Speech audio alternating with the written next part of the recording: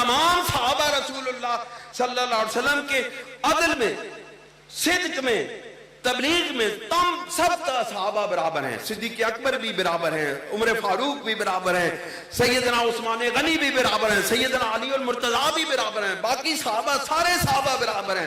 حضرت امیر معاویہ رضی اللہ تعالیٰ عنہ بھی برابر ہیں. جو حضرت امیر معاویہ کا انکار کرتا ہے وہ سب صحابہ کا انکار کرتا ہے.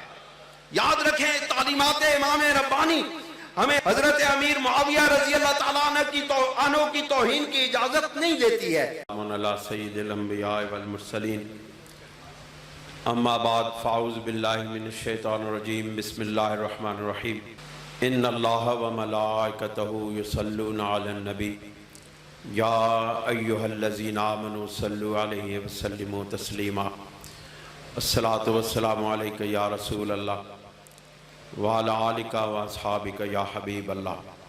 بڑے عظیم الشان سکالر یہاں پر موجود ہیں. ان کی موجودگی میں گفتگو کرنا ادب کے خلاف ہے، لیکن حکم کی پابندی کرنا بھی ادب کے مطابق ہے. لہٰذا میں چند گزارشات آپ کی نظر کرتا ہوں. حضرت محمد اقبال مجددی رحمۃ اللہ علیہ، میرے والد گرامی نے توضیحات مجددیہ جب کتاب لکھی تو اس کے مقدمہ کے لیے میرے والد گرامی حضرت سید صوفی مسعود الحسن شاہ رحمۃ اللہ علیہ وہ حضرت اقبال مجددی صاحب رحمۃ اللہ علیہ کے پاس تشریف لائے، اور جب واپس تشریف لے گئے تو میں نے پوچھا کہ قبلہ والد گرامی آپ نے اقبال مجددی صاحب کو کیسے پایا ہے؟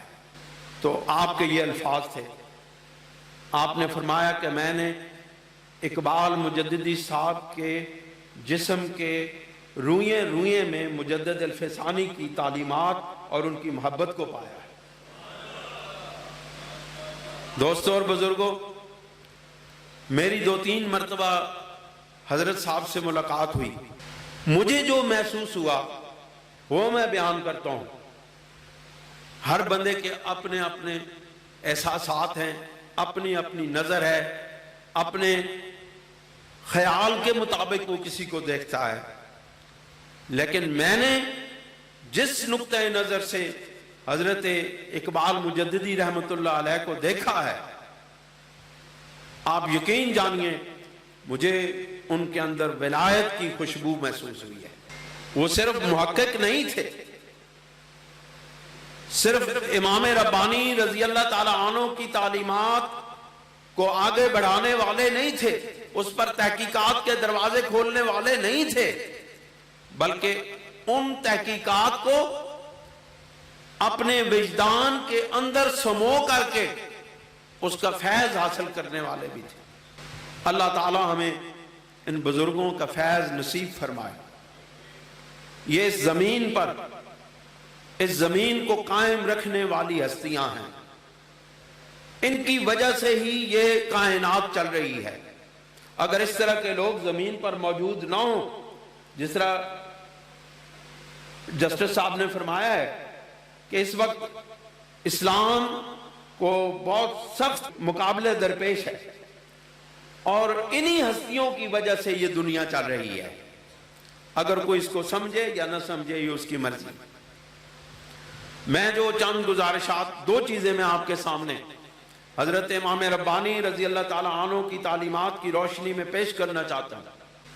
اور اس دور کے جو بڑے بڑے چیلنجز ہیں ان میں سے صرف 2 چیزوں کی میں نشاندہی کرنا چاہتا ہوں، اور ان کو تعلیمات امام ربانی سے یہ دیکھنا چاہتا ہوں کہ آج کے دور میں حضرت امام ربانی کی تعلیمات پر عمل کرتے ہوئے ہم ان چیلنجز سے نپٹ سکتے ہیں.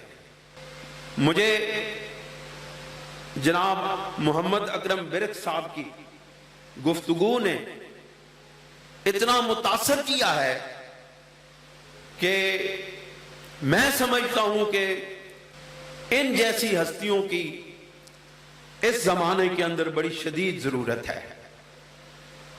دوستو، میں حضرت پروفیسر ڈاکٹر محمد اکرم ورک صاحب کی ہی بات کو آگے بڑھاتا ہوں۔ انہوں نے تہذیبی چیلنجز کی بات کی، میں عقائد کی چیلنجز کی بات کرتا ہوں۔ موجودہ دور کو سب سے بڑا چیلنج اس وقت عقیدے کے اعتبار سے الحاد کا ہے۔ ہماری یونیورسٹیاں، ہمارے کالجز، ہمارے تعلیمی ادارے جس وقت تعلیم کو صرف اور صرف مادیت کی بنیاد پر آگے بڑھا رہے ہیں تو وہاں سے الحاد پھوٹ رہا ہے۔ اور یہ چیلنج اسلام کو آج کا نہیں ہے، یہ چیلنج اسلام کو ابتدائے اسلام سے ہے، اولین دور سے ہے۔ اللہ رب العزت قرآن مجید میں ارشاد فرماتے ہیں ان ملحدین کے نقطہ نظر کو بیان کرتے ہوئے، آپ فرماتے ہیں، اللہ رب العزت فرماتے ہیں وَقَالُوا مَا هِيَ إِلَّا حَيَاتُنَا الدُّنْيَا نَمُوتُ وَنَحْيَا وَمَا يُهْلِكُنَا إِلَّا الدَّهْرُ وَمَا لَهُمْ بِذَلِكَ مِنْ عِلْمٍ إِنْ هُمْ إِلَّا يَظُنُّونَ۔ خلاصہ اس کا یہ ہے کہ ان کا نقطہ نظر بھی یہی تھا کہ ہم اس دنیا میں آئے ہیں، ہم نے جینا ہے اور ہم نے مر جانا ہے، ہمیں آخرت میں کوئی زندگی نصیب نہیں ہونی اور ہمیں اس دنیا کا حساب آخرت میں نہیں دینا ہے۔ آج بھی الحاد کی بنیاد یہی ہے، لوگ آخرت میں جواب دینے کہ اس تصور سے جس وقت خوف کھاتے ہیں تو ان کے دل کے اندر اس سے فرار کی، اس سے بھاگ جانے کی، اس خوف سے نکل جانے کی کوئی صورت جس وقت نظر نہیں آتی تو ان کو جو سایہ نظر آتا ہے اس میں چھپنے کے لیے وہ الحاد کی فکر ہی نظر آتی ہے، اور وہ ملحد ہو کر، لادین ہو کر، بے دین ہو کر اپنی آخرت کی زندگی سے انکار کر دیتے ہیں۔ جب وہ انکار کر دیتے ہیں تو پھر دنیا میں جو چاہتا ہے وہ کرتے پھرتے ہیں۔ حضرت امام ربانی مجدد الفسانی رحمۃ اللہ علیہ کے زمانے میں بھی یہ فکر موجود تھی۔ حضرت امام ربانی رضی اللہ تعالی عنہ نے فرمایا اپنے مکتوب شریف دفتر اول کے 266ویں مکتوب شریف میں انہی نظریات کی تردید کرتے ہوئے ارشاد فرمایا باید دانست کہ ممکنات بیاسرہا چے جواہر و چے اعراض و چے اجسام و چے عقول و چے نفوس و چے افلاق و چے عناصر ہما مستند با ایجاد قادر مختارن۔ اس کا خلاصہ یہ ہے کہ حضرت امام ربانی فرماتے ہیں کہ جان لینا چاہیے کہ تمام ممکنات خواہ وہ جواہر میں سے ہوں یا اعراض میں سے ہوں یا اجسام میں سے ہوں یا عقول و نفوس میں سے ہوں، سب کے سب عناصر اس قادر مختار کی ایجاد سے وجود میں آئے ہیں، لیکن ملحد اس قادر مختار کی ایجاد کا انکار کرتا ہے اور وہ رب ذوالجلال کا انکار کرتے ہوئے کہتا ہے یہ کائنات خود بخود وجود میں آ گئی ہے۔ آپ پھر اس سے آگے ارشاد فرماتے ہیں کہ مختارن کے از قطم عدم اینہا بوجود آورداست، وہ اس بات کا مختار کل ہے کہ اس نے اس کائنات کو عدم سے وجود میں لایا ہے۔ وچنانچہ اینہا در وجود بیو تعالی محتاجن و بقا نیز بیو سبحانہ محتاجن۔ آپ فرماتے ہیں کہ جب وہ ایجاد کے یہ تمام چیزیں، یہ کائنات یہ ایجاد کے محتاج ہیں اس کی، تو پھر اس کو اس کائنات کو قائم رکھنے کے بھی وہ اسی کے محتاج ہیں۔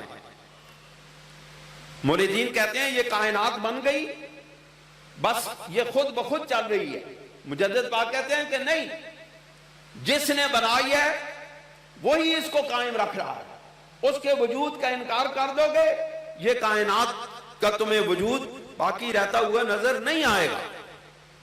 پھر آپ ارشاد فرماتے ہیں کہ میں اس کا خلاصہ بیان کر دیتا ہوں۔ آپ فرماتے ہیں کہ جو صاحبان بصیرت ہوتے ہیں، جن کی آنکھیں متابعت رسول کے سرمے سے سرمگی ہوتی ہیں، وہ اس ایجاد کو، اس کائنات کو دلیل بنا کے کائنات کے خالق کی طرف لے جاتے ہیں، اس کائنات کے تخلیق کو دلیل بناتے ہیں۔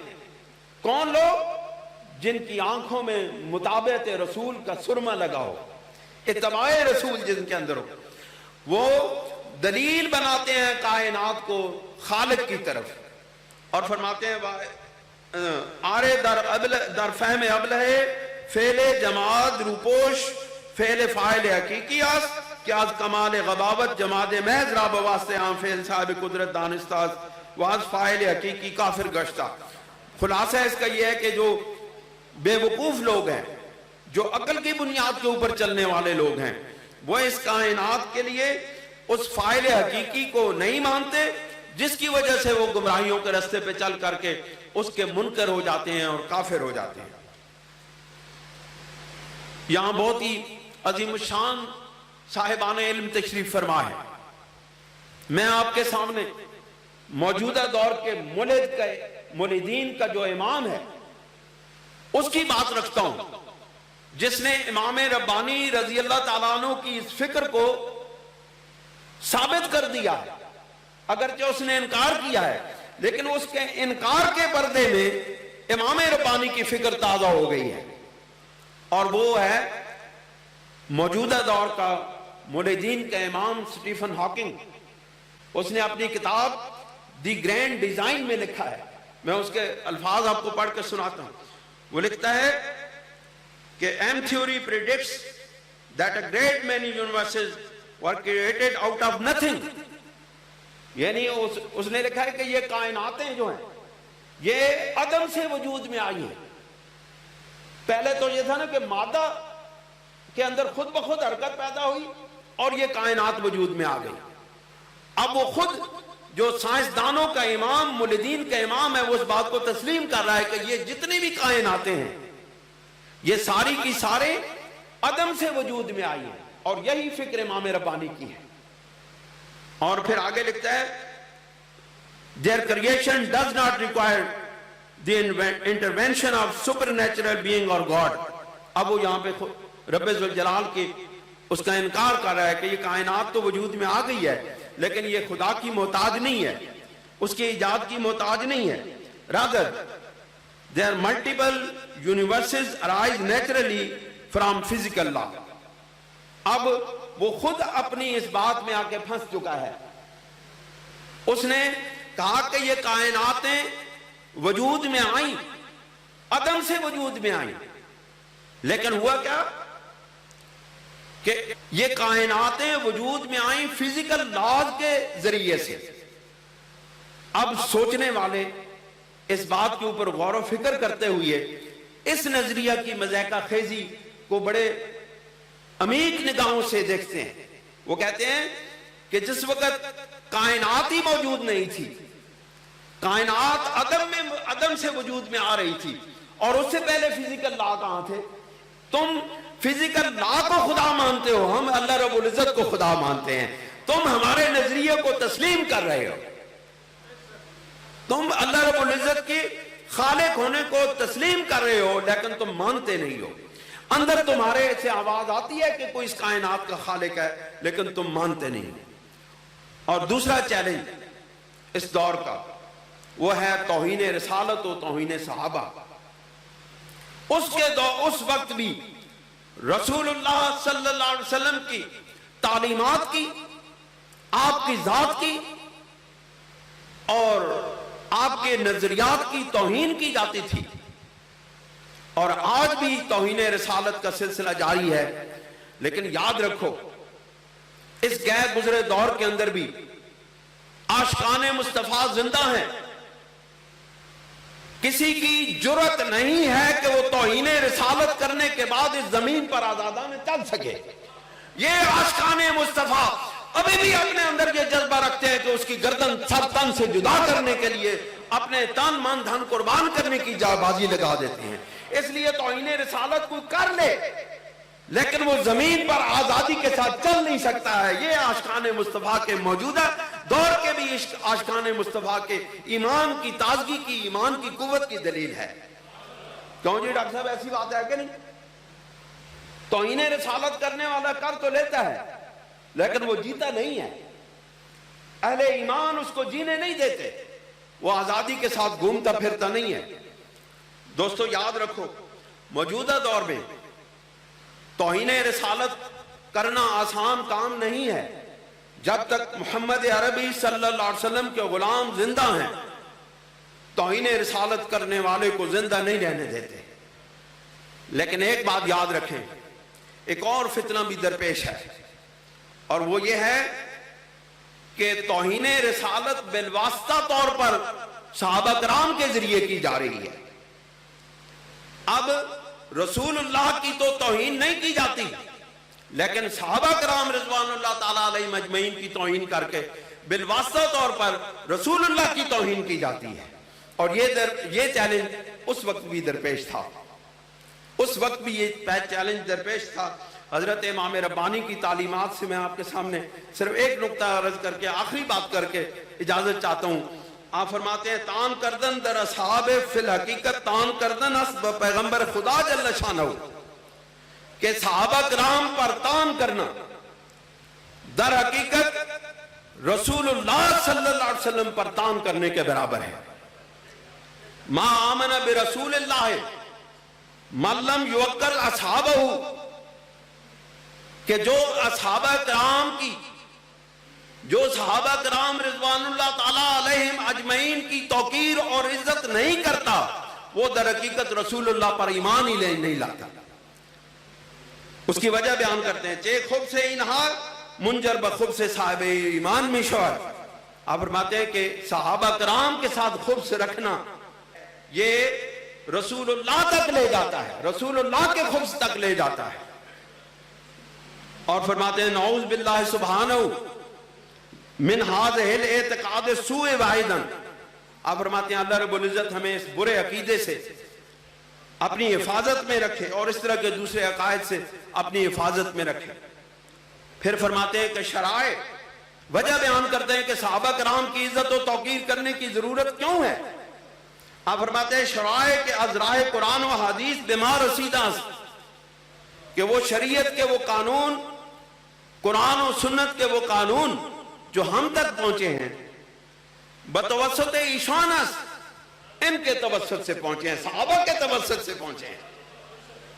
پھر فرمایا ہرگاہ ایشان متون باشند، نقل ایشان نیز متون خواہد بود۔ آپ فرماتے ہیں کہ جب کوئی ان حضرات کو متون کرتا ہے، صحابہ کرام کو تانا دیتا ہے، صحابہ کرام پر تان و تشنیع کرتا ہے، صحابہ کرام کی توہین کرتا ہے، وہ در حقیقت اس کا جو تان ہے وہ ان کی نقل پر، یعنی جو نقلی علوم ہم تک پہنچے ہیں، نقلی علوم، قرآن کا علم، حدیث کا علم، فقہ کا علم اور دیگر علوم جو ہم تک پہنچے ہیں، یہ نقلی علوم کہلاتے ہیں۔ اور یہ کس کے توسط سے پہنچے ہیں؟ صحابہ کرام رضوان اللہ تعالیٰ علیہ مجمعین کے توسط سے پہنچے۔ فرماتے ہیں، ذرا سماعت فرمائیے گا، بہت خوبصورت بات، وَإِن نقل مخصوص بِبَعْدٍ دُونَ بَعْدٍ نِس۔ آپ فرماتے ہیں یہ جو نقل ہے یہ کسی ایک کے ساتھ خاص نہیں ہے، یہ سب صحابہ کے ساتھ نقل خاص ہے۔ یہ نہیں کہ کسی ایک کی نقل کو تسلیم کر لیا اور دوسرے نقل کو انکار کر دیا، نہیں۔ آپ فرماتے ہیں ایک کی نقل سب کی نقل ہے، جس نے بھی رسول اللہ سے کوئی بات منقول کی گویا کہ سب صحابہ نے اس کو نقل کیا۔ پھر فرماتے ہیں بل کلہم فی العدالت والصدق والتبلیغ سواء۔ آپ فرماتے ہیں سب صحابہ تمام صحابہ رسول اللہ کے، ان میں سے ایک بھی نفی نہیں کی جا سکتی، تمام صحابہ رسول اللہ صلی اللہ علیہ وسلم کے عدل میں، صدق میں، تبلیغ میں سب صحابہ برابر ہیں۔ صدیق اکبر بھی برابر ہیں، عمر فاروق بھی برابر ہیں، سیدنا عثمان غنی بھی برابر ہیں، سیدنا علی المرتضیٰ بھی برابر ہیں، باقی صحابہ سارے صحابہ برابر ہیں، حضرت امیر معاویہ رضی اللہ تعالیٰ عنہ بھی برابر ہیں۔ جو حضرت امیر معاویہ کا انکار کرتا ہے وہ سب صحابہ کا انکار کرتا ہے۔